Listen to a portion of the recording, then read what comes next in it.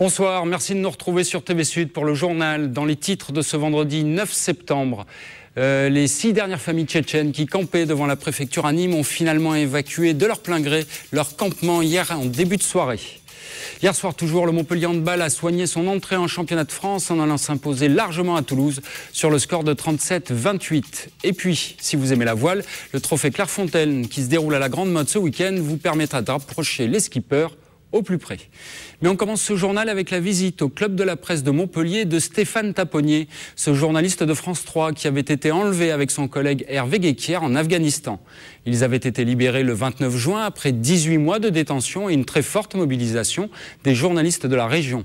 Après un repos largement mérité, Stéphane Taponnier a eu la gentillesse de répondre aux questions d'Olivier Roiran. On l'écoute. On a envie de vivre parce que là où on était dans notre pièce, c'est un lieu de non-droit, c'est un lieu de non-vie, on n'a pas de choix, c'est nos geôliers qui choisissent quand on mange, quand on doit aller aux toilettes. On savait qu'il y avait une mobilisation en fait des confrères parce que dans ces cas-là, la profession sait se réunir dans ces cas particuliers.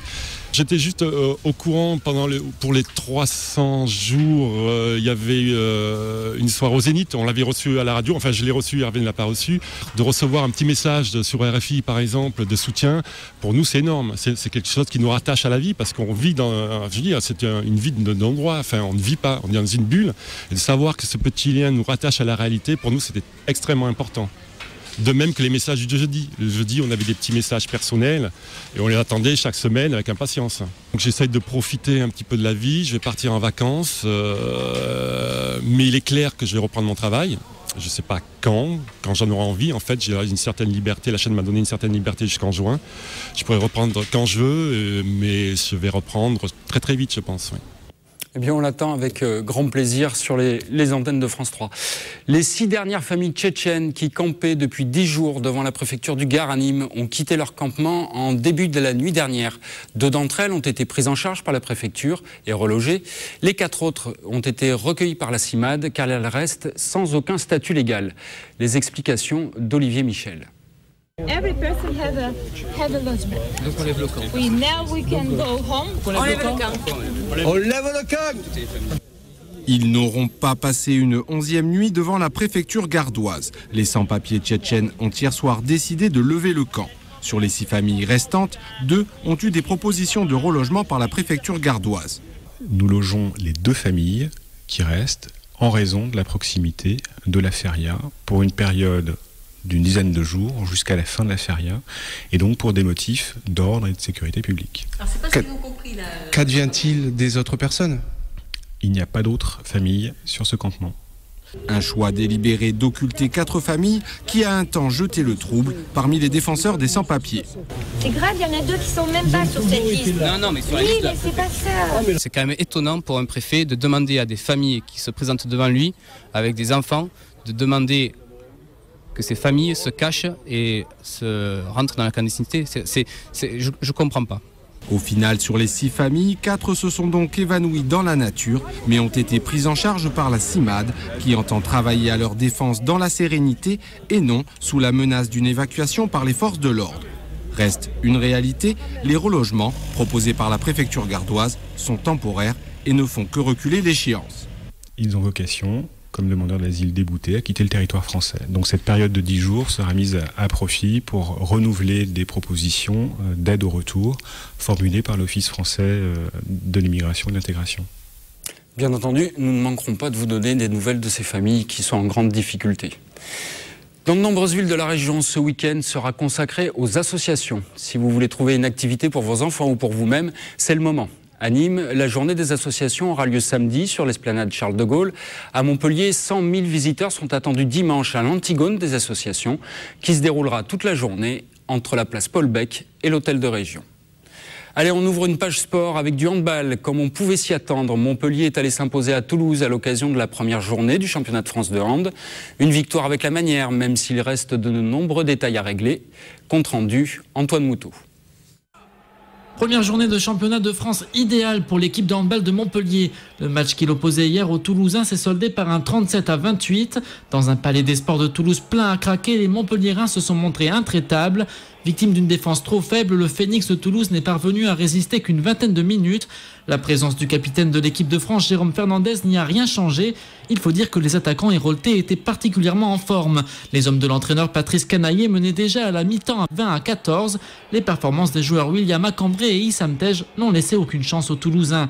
L'arrière droit du MAHP, le Slovène Vít Kavtičník, s'est lui aussi brillamment illustré en marquant 9 buts.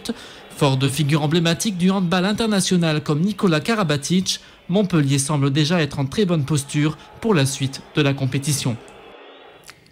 Notez que l'USAM joue ce soir à Saint-Raphaël pour le compte de cette première journée.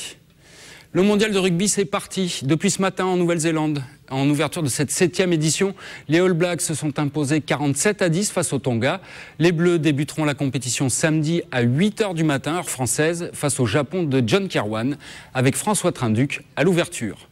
Le MHR, pour sa part, joue ce soir au Stade français, avec peut-être au bout, on l'espère, une première victoire cette saison. Allez, on passe au foot. Cela faisait longtemps, puisque les joueurs du MHSC n'ont plus joué depuis fin août et leur laborieuse qualification face à Amiens en Coupe de la Ligue. La trêve internationale est terminée, la Ligue 1 reprend ses droits avec des Montpelliérains toujours en tête du classement, malgré une défaite à Lyon. Alors René Girard espère beaucoup du match de dimanche soir à la Mosson face aux Niçois d'Éric Roy.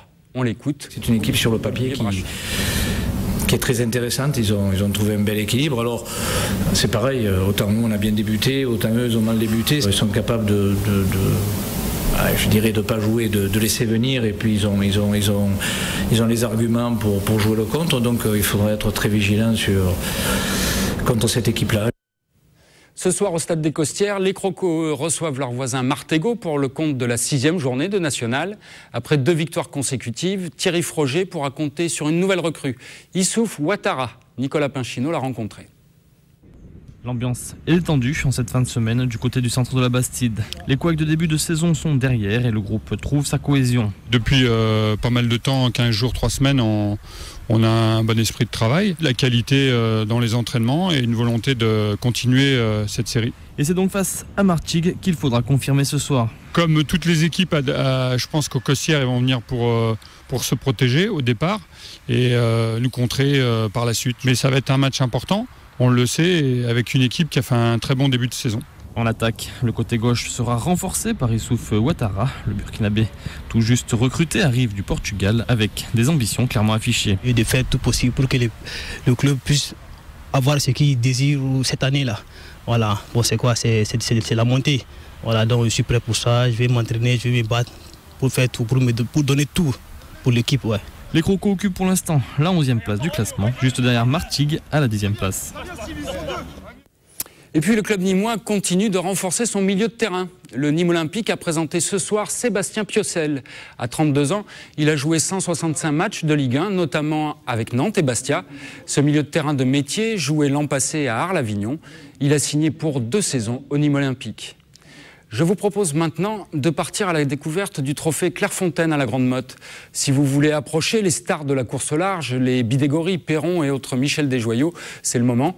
Car une fois n'est pas coutume, cette course se déroule le long des plages grand-mottoises. Voyez le reportage d'Olivier Brachard. Eh bien écoutez, on me dit que nous n'avons pas ce reportage pour l'instant. Alors on va terminer ce journal avec le premier soir de fête à la Feria du Riz à Arles. La finale du trophée Pouli aura lieu dimanche à 17h. Mais en attendant, Patrick Mallet a passé la soirée à la Bodega Les Andalouses pour une soirée typiquement arlésienne. La fréquentation à Pâques est beaucoup plus massive. On a l'habitude de dire que celle des prémices du riz est une feria où les Arlésiens se retrouvent plus facilement, parce que lorsqu'ils sont dans les rues et qu'ils déambulent, ils sont nombreux et ils aiment, notamment lorsqu'il fait très beau comme aujourd'hui, se retrouver pour sortir de la corrida ou à la corrida ou dans les bodegas. Voilà, c'est la fin de cette édition. Prochain rendez-vous avec l'actu ce lundi à 12h30 et puis lundi à 19h30, vous retrouvez le journal complet des rédactions de Montpellier et Nîmes. Bonne soirée.